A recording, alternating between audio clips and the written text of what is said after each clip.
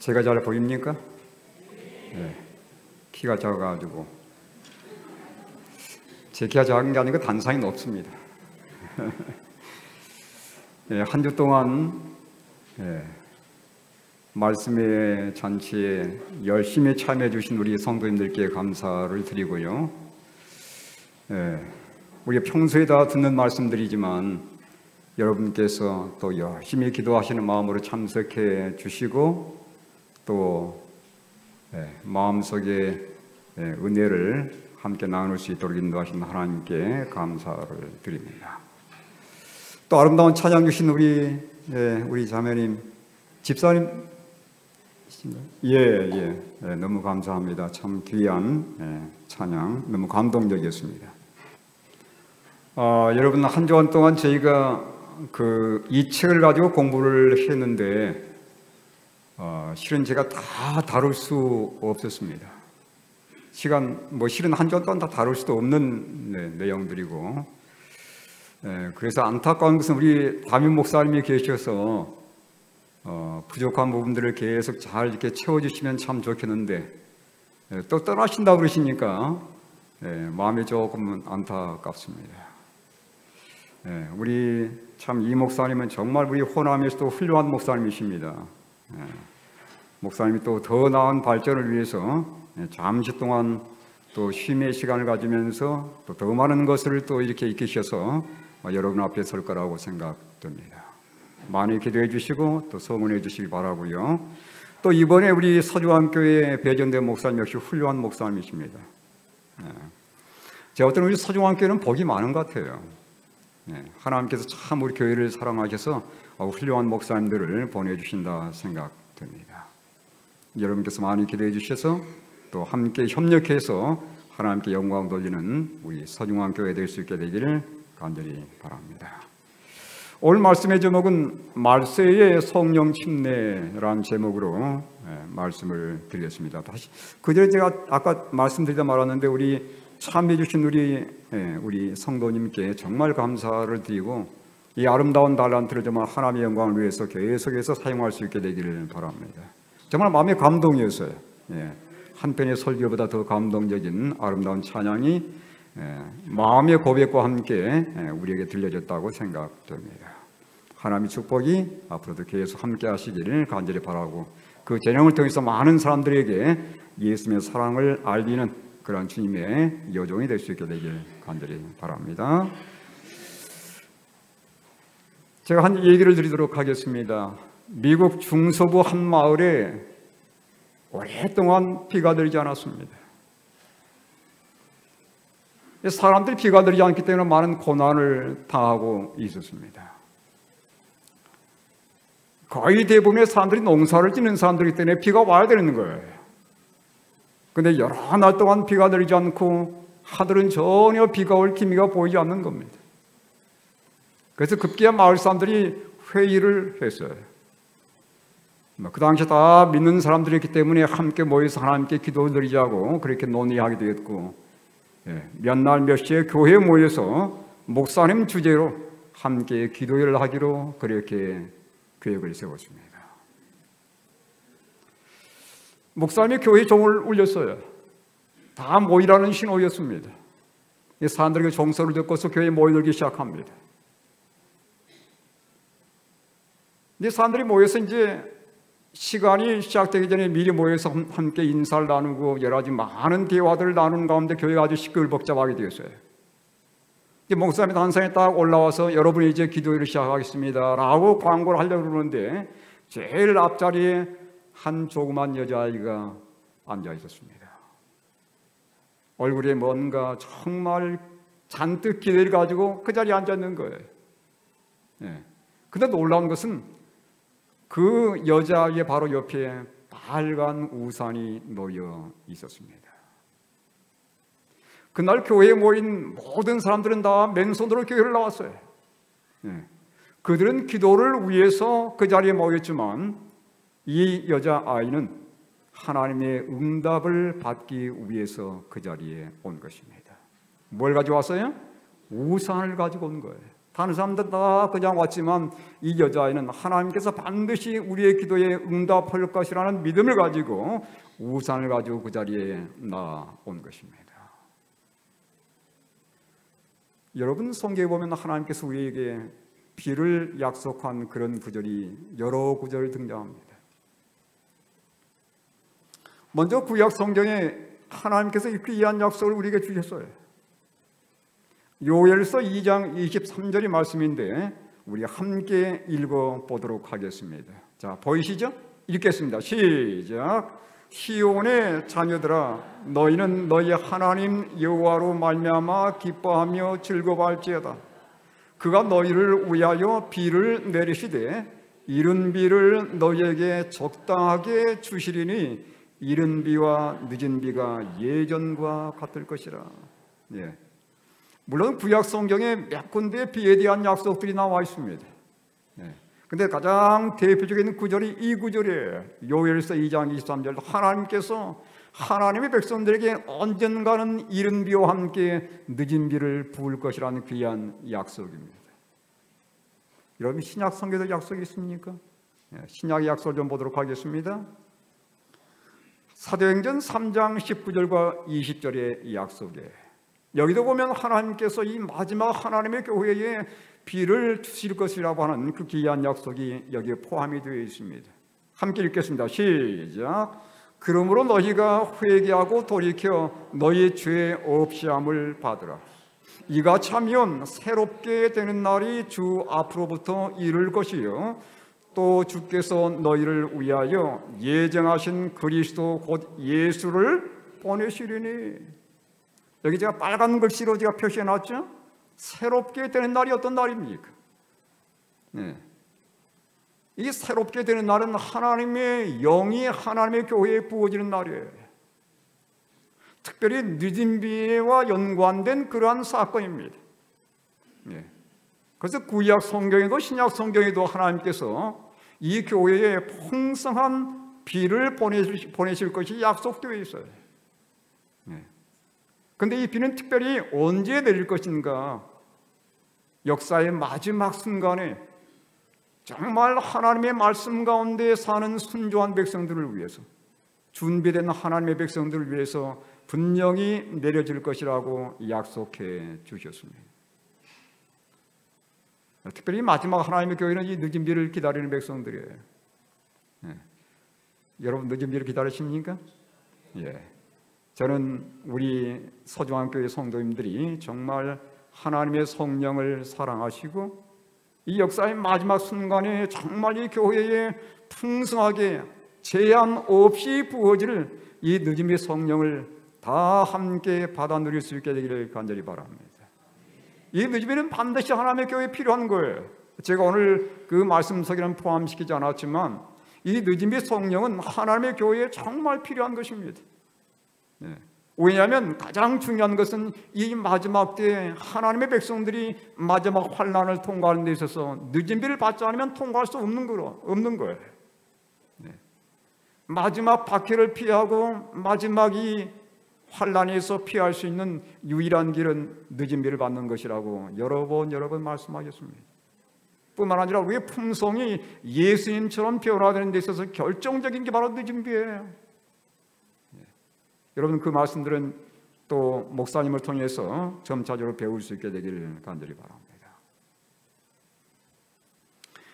이 두 가지 약속, 제가 방금 함께 읽었던 그 두 가지 약속에는 늦은 비를 받을 수 있는 조건들이 포함이 되어 있어요. 어떠한 사람들에게 하나님의 늦은 비가 내릴 것인가? 어떤 사람들이 늦은 비를 받을 수 있는 그러한 구비를 갖추게 될 것인지를 이 두 성경 말씀 속에 포함시켜 놓았습니다. 오늘 저희가 짧은 시간에 그 두 말씀들을 통해서 늦은 비를 위한 조건들이 무엇인지를 좀 살펴보도록 하겠습니다. 다시 요엘서 2장 23절 돌아왔습니다. 시온의 자녀들아, 너희는 너희 하나님 여호와로 말미암아 기뻐하며 즐거워할지어다. 여러분, 우리 삶 속에 기쁨을 주는 게 어떤 것입니까? 많은 사람들이 먹고 사는 것 때문에, 먹는 것 때문에 즐거워하는 분들이 있어요. 먹고 마시는 것에 대한 즐거움을 그것의 인생에 즐거움을 누리며 사는 사람들이 꽤 많습니다. 근데 성경은 뭐라고 말씀하냐면 너희 하나님 여호와로 말미암아 기뻐하며 즐거워할지어다.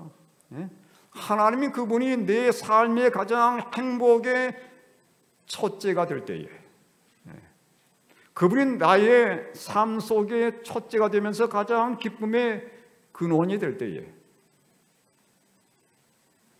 그 다음에 보면 하나님께서 우리에게 비를 내리시다고 약속하셨는데 그가 너희를 위하여 비를 내리시되 이른 비를 너희에게 적당하게 주시리니 이른 비와 늦은 비가 예전과 같을 것이라고 말씀합니다.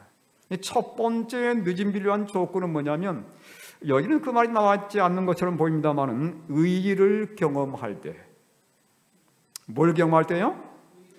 하나님의 의의를 경험할 때 하나님의 교회에 늦은 비가 주어질 것이라는 그 말씀이 이 내용 속에 포함이 되어 있어요.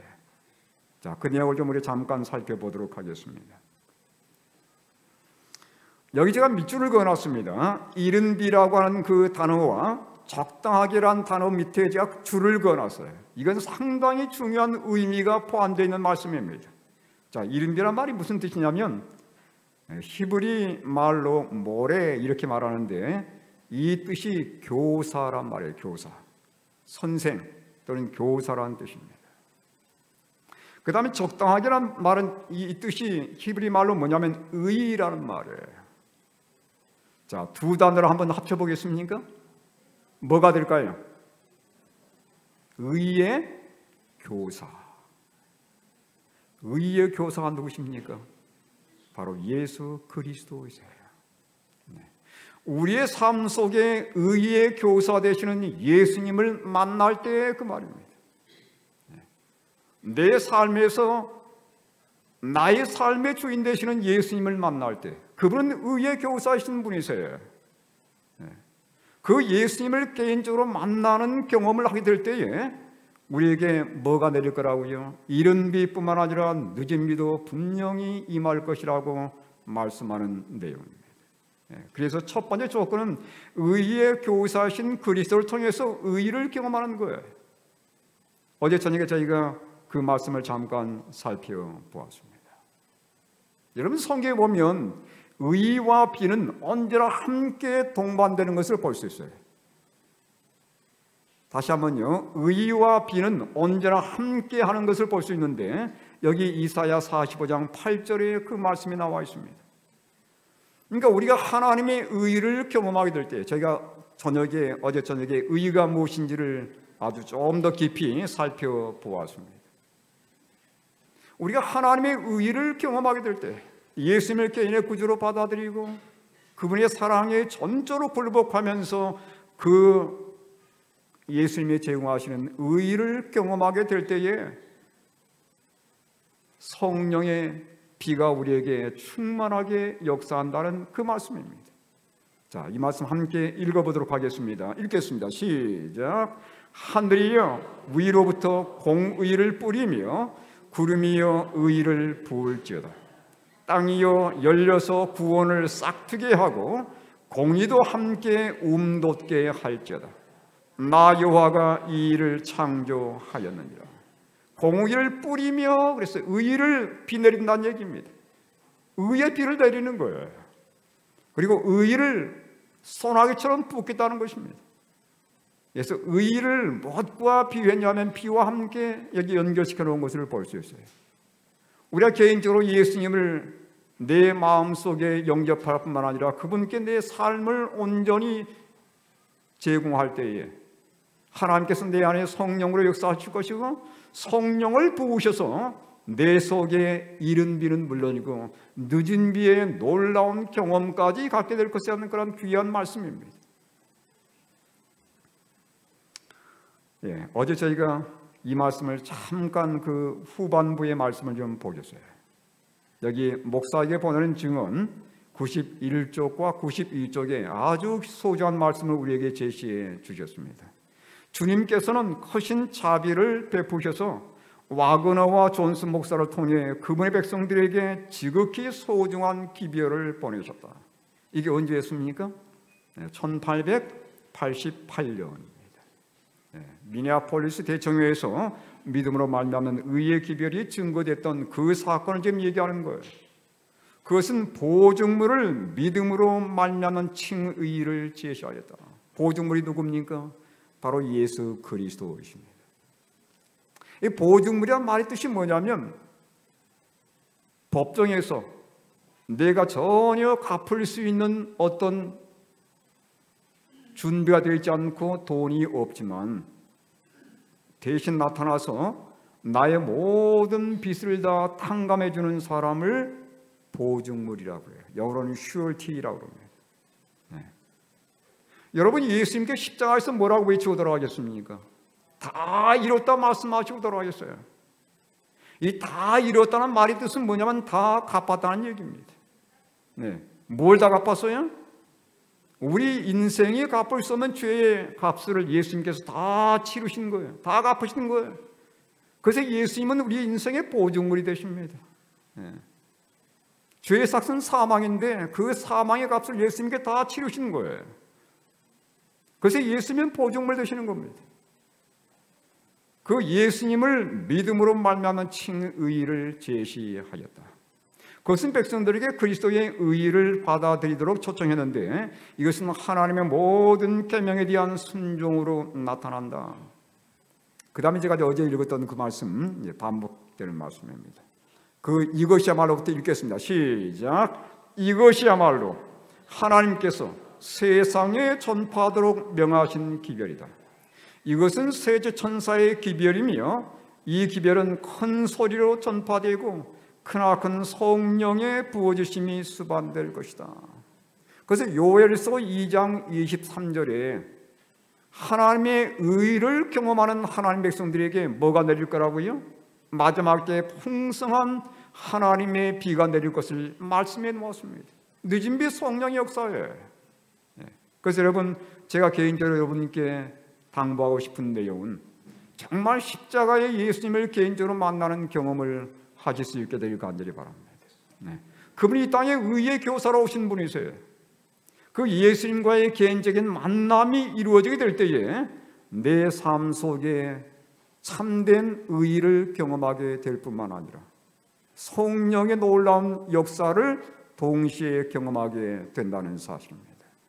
성령께서 내 삶 속에 충만하게 채워지는 거예요. 저는 최근에 사사기를 읽다가 거기서 참 감동적인 부분을 발견하게 되었습니다. 여러분, 사사기를 보면 입다란 사사 등장. 입다 아시죠? 입다? 여러분, 입다란 이 사사가 전쟁터에 나가면서 암몬과의 전쟁을 하면서 뭐라고 하나님께 서원했냐면, 혹시 기억나십니까? 뭐라고 서원했어요? 하나님, 만약 제가 전쟁에 나가서 제가 이기고 돌아오게 해주신다면 제가 돌아올 때 저를 가장 먼저 마중 나온 자, 거기 양이면 얼마 좋겠습니까?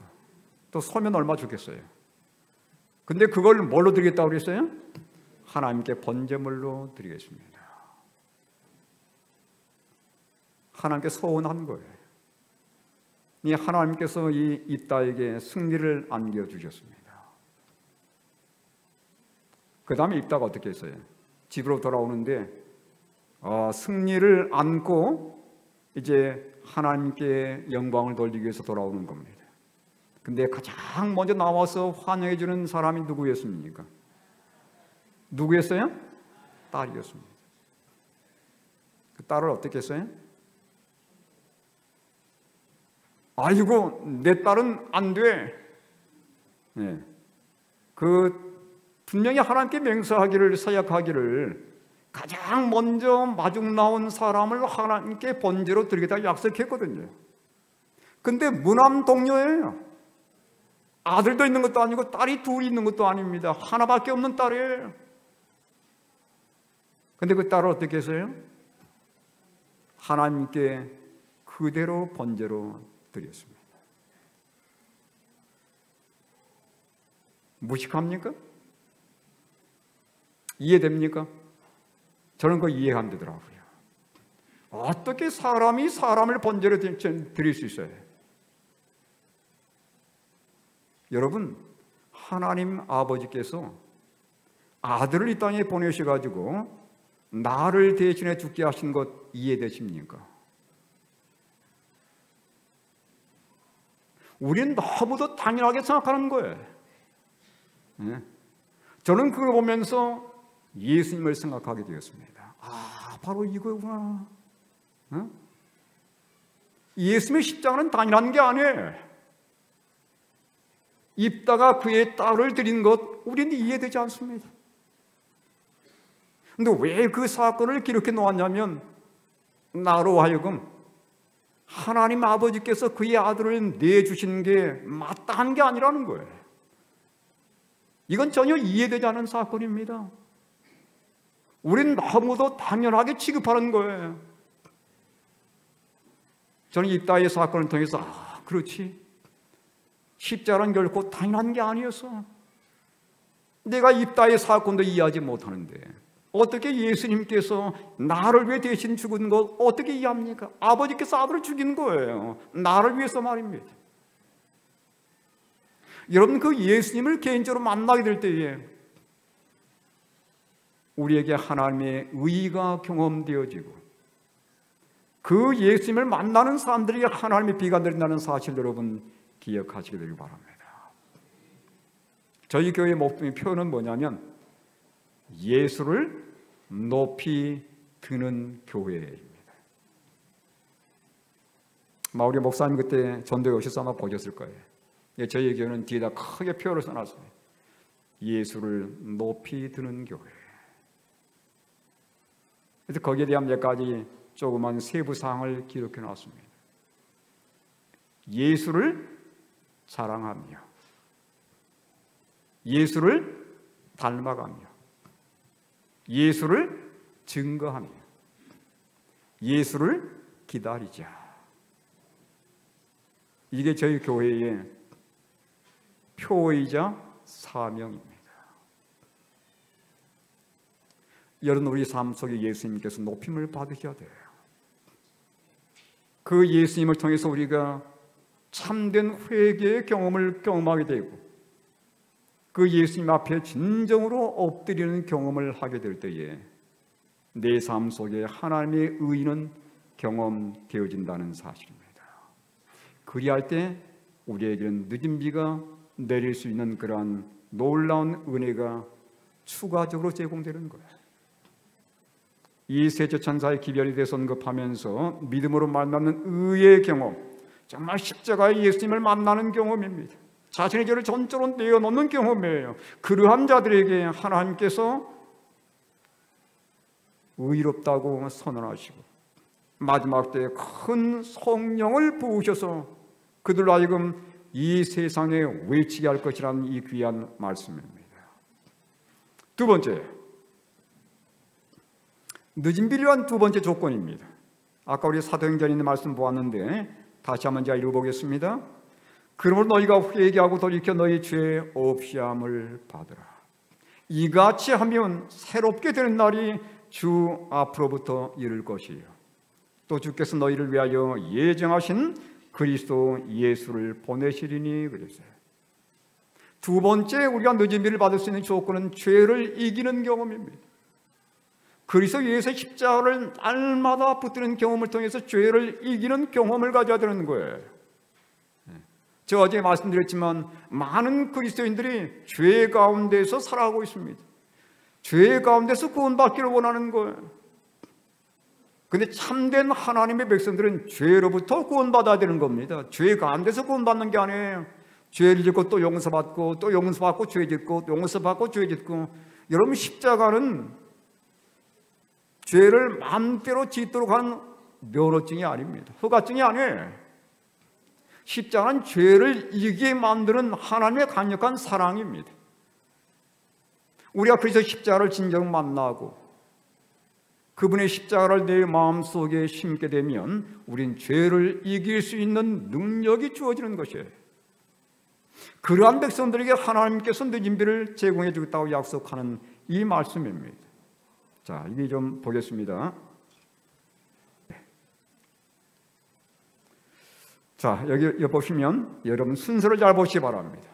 자, 회개하고 돌이키면 언젠가는 죄 없이함을 경험하게 될 것이고, 그 다음에 그들에게 새롭게 되는 경험이 있게 될 것이며, 그 다음에 20절에 예수님께서 오실 것이라고 말씀하고 있어요. 이게 바로 순서입니다.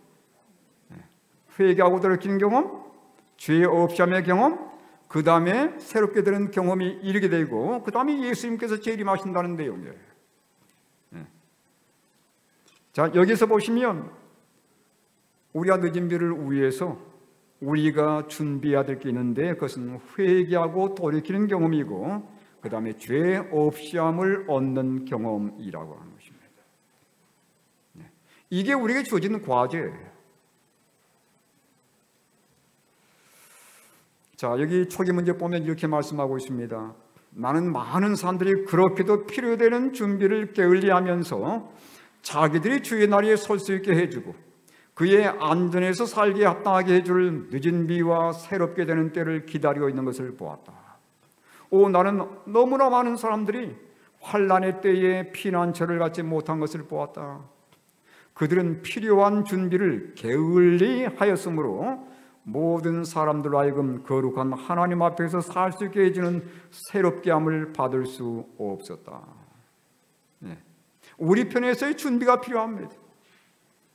우리가 늦은 비 받기 위해서 어떤 준비를 해야 되는 것입니까? 방금 봤던 그 말씀이에요.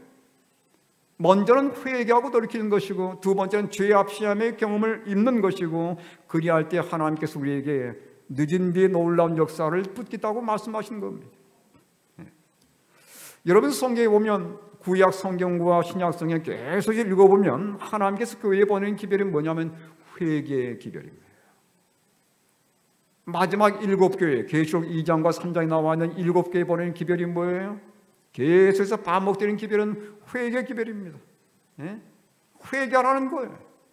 침례 요한의 기별이 뭐였습니까? 회개하라는 기별이었습니다.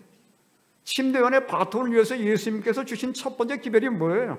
회개하라는 기별이에요. 그 회개에 대해서 이렇게 말씀합니다. 교역이 따르지 않는 회개는 참된 회개가 아니다. 뭐가 따르지 않는 회개요?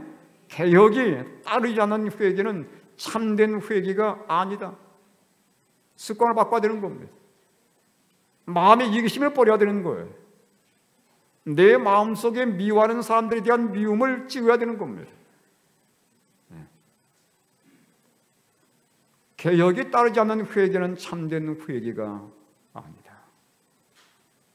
짜증내기 쉬운 마음, 잔소리를 잘하는 마음, 이거 다 버려야 돼요. 저도 예전엔 잔소리를 많이 했습니다. 근데 요즘은 제가 참소리를 많이 하려고 그래요. 잔소리가 아니고 참소리. 개혁이 따르지 않는 회개는 참된 회개가 아니다.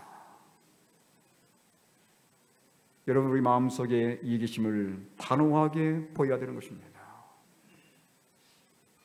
우리 마음속에 어떤 명예에 대한 욕심들, 탐욕에 대한 것들, 세상에 대한 정욕들, 교만, 우리가 반드시 개혁해야 될 요소들입니다. 이게 따르지 않으면 참된 회개가 아니라는 거예요. 여러분, 사람은 참 얼마나 미련합니까? 넘어지는 구덩이에 또다시 넘어집니다. 이게 사람의 나약함이고 이게 사람의 무지라고 볼 수 있는 거예요. 그런데 여러분, 우리의 마음속에 누가 들어가면요? 예수님께서 들어오시게 됩니다. 우리가 십자가의 사랑을 통해서 예수님을 만나게 되면 하나님께서 우리에게 능력을 주시는 거예요. 그걸 이길 수 있는 힘을 주시는 겁니다. 개혁은 내가 마음 먹어서 되는 게 아니에요. 예수님과의 개인적인 만남을 가질 때만이 내 마음속에 참된 개혁의 의욕이 이루어지는 것입니다. 이게 성령께서 함께하는 경험이에요.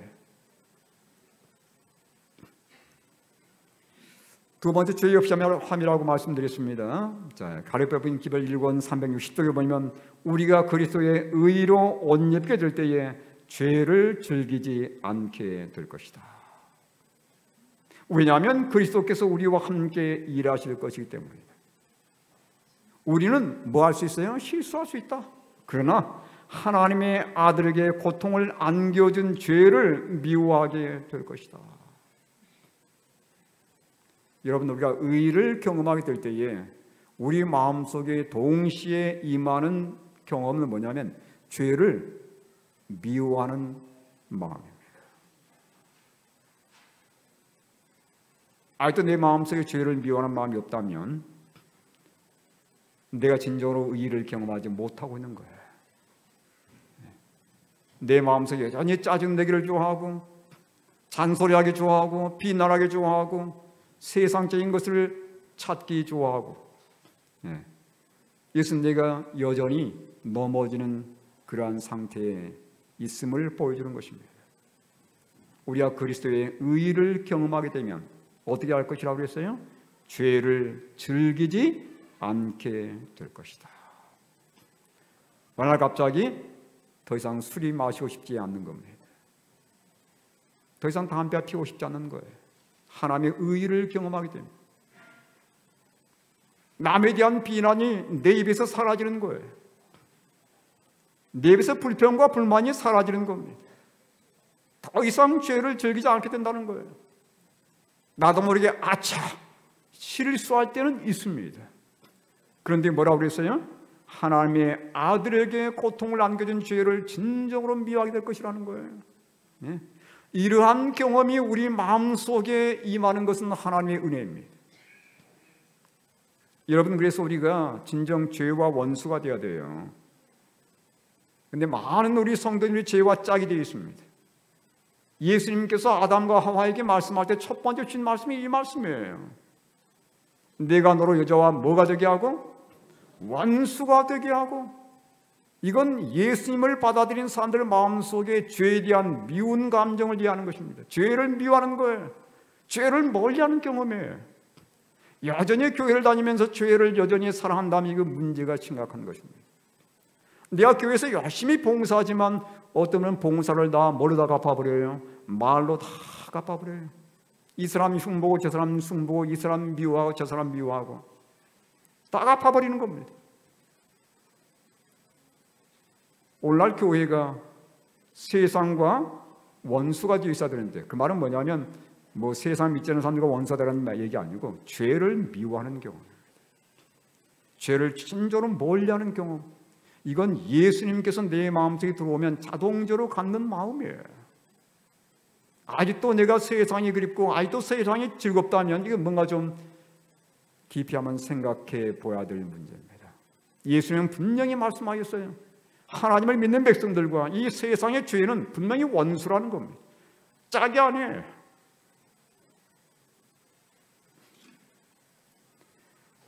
죄를 미워하는 자들의 죄가 결국은 도말될 것이고 결국은 그들이 늦은 비를 경험하게 될 것이라고 여기 이렇게 말씀하고 있습니다. 죄 없이 함이란 말은 결국은 죄의 도말을 얘기하는 거예요. 여기 대정태 보면 485쪽에 제가 이걸 보면서 조금 번역을 좀 새롭게 좀 했습니다. 뭐냐면 저 번역이 조금 이해가 좀 안 되게 돼 있어서 지금 새롭게 번역을 좀 한 내용입니다. 이렇게 번역해야 맞아요. 제가 아무리 봐도 이렇게 번역해야 맞습니다. 조사 심판과 죄의 도말은 주님의 재림보다 먼저 이루어져야 한다. 맞습니까? 예, 그렇습니다. 사도 베드로는 신자들의 죄가 도말될 때 그랬어요. 신자들의 죄가 도말될 때 죄 없이 하면 바로 그 말이에요. 새롭게 되는 날의 주 앞으로부터 이룰 것이요 또 주께서 그리스도 곧 예수를 보내시리니 이라고 분명히 말한다. 그리고 조사 심판이 마치면 그리스도께서 오실 것이다. 그러니까 조사 심판이 맞춰질 때쯤에서 하나님의 백성들에게 늦은 비가 부어질 거란 얘기예요. 어떤 자들에게 부어지냐면 죄를 진정으로 미워하고 죄를 이기는 자들에게 부어진다는 얘기입니다. 저는 우리 서주왕교회 성도님들이 진정 십자가 예수님을 사랑하고 참된 의를 경험하는 이 경험을 통해서 이 죄를 이기는 백성들이 될 수 있게 되기를 간절히 바랍니다. 여러분 그렇게 하시겠습니까? 우리에게 때가 많이 남아있지 않아요. 여러분 사단은 지금 최후의 발악을 하고 있습니다. 한 영혼이라도 자기의 밥으로 삼기 위해서 최후의 발악을 하고 있는 거예요. 여러분, 사단은 졸지 않습니다. 문제는 하나님의 마지막 백성들이 졸고 있는 거예요. 네? 우리가 다시 말씀으로 돌아가고 진정 주님 앞에 기도로 무릎 꿇는 생애를 통해서 십자가를 만나고 나의 죄를 진정 주님 앞에 고백하면서 하나님의 의를 경험함으로 죄를 이기는 경험, 날마다 죄를 이기는 경험을 통해서 늦은 비의 충만함을 경험하는 마지막 하나님의 백성들 될 수 있게 되기를 다 바랍니다.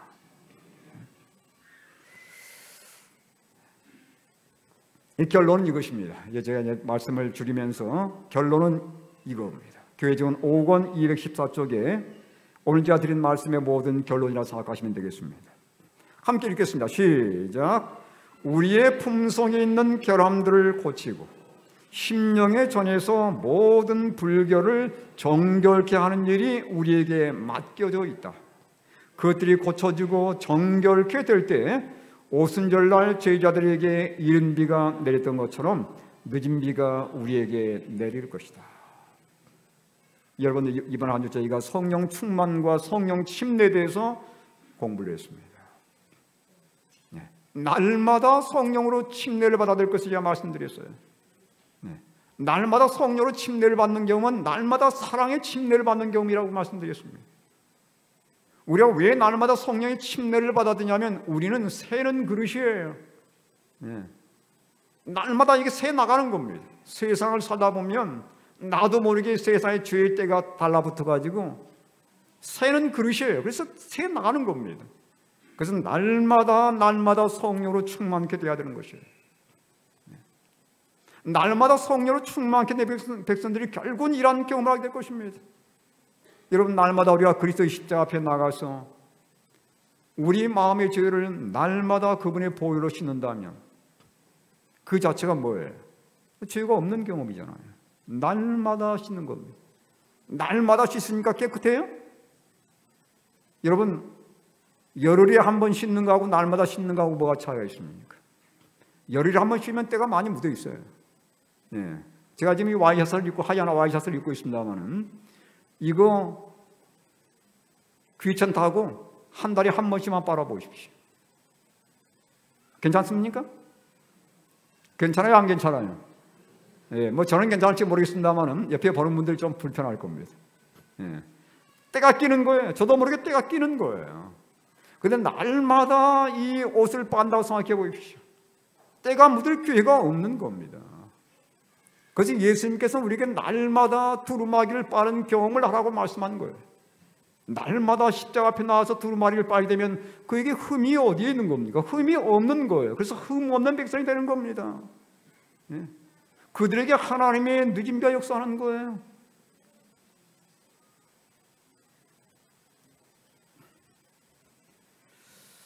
여러분, 이게 뭐냐면 제가 이제 말씀을 줄이면서 데스밸리, 이게 그 미국 가면 그 데스밸리라는 그 지역이 있습니다. 사막 지역이에요. 비가 잘 내리지 않습니다. 1년 가야 비가 조금 내리고 마는 그런 사막 지역인데 초창기에 많은 그 사람들이 동부에서 서부로 이주하다가 이곳에서 물을 찾지 못하고 죽은 곳이에요. 그래서 말 그대로 죽음의 올짝입니다. 죽음의 계곡이에요. 여기 보세요, 여러분. 지금 뭐가 황량하지 않습니까? 간신히 물이 없어서 살 수 있는 그런 풀만 좀 몇 개 나와 있습니다. 그런데 여러분, 이 장면을 보시기 바랍니다. 같은 장소에 어찌 된 겁니까? 똑같은 장소입니다. 그런데 비가 내리니까 완전히 달라졌어요. 온 천지가 꽃으로 만발합니다. 여러분, 마지막 때에 하나님의 교회에 늦은 비가 내리게 됩니다. 온 세상이 하나님의 영광으로 환해지는 장면이 연출될 것입니다. 온 세상에 그리스도의 복음을 사람들이 힘써 증거하게 될 것이에요. 그래서 계시록 18장 1절의 말씀처럼 큰 권세를 가진 천사가 이 세상에 내려오면서 온 땅이 하나님의 영광으로 환해지는 경험을 하게 될 것입니다. 우리 개개인이 하나님의 거룩한 말씀에 사로잡혀 가지고 온전히 하나님의 기별을 증거하게 될 것이고, 이 세상의 사업은 그로 인해서 맞춰지게 될 것입니다. 그래서 마지막 때 늦은 비의 대상들이 누구냐면 우리 모두예요. 어린 아이부터 시작해서 나이 많으신 우리 어르신들까지 우리 모두 다 늦은 비의 대상들입니다. 하나님께서 우리에게 늦은 비를 내리신 것은 이 세상을 하나님의 영광으로 가득 채우고 하나님을 아는 진리를 세상 사람들에게 나눠주도록 하기 위한 것이에요. 오순절에 베드로가 외쳤을 때 그 짧은 순간에 3,000명의 사람들이 회심했던 것처럼 마지막 때 보다도 놀라운 능력이 하나님의 교회에 부어지게 될 것이고, 우리는 짧은 순간의 외침을 통해서 온 세상 사람들에게 땅 끝까지 하나님의 복음을 증거하게 될 것입니다. 그 다음 순간은 뭐가 기다리고 있는 것입니까? 예수님의 재림이 기다리고 있는 거예요. 우리에게 많은 시간이 남아있지를 않습니다.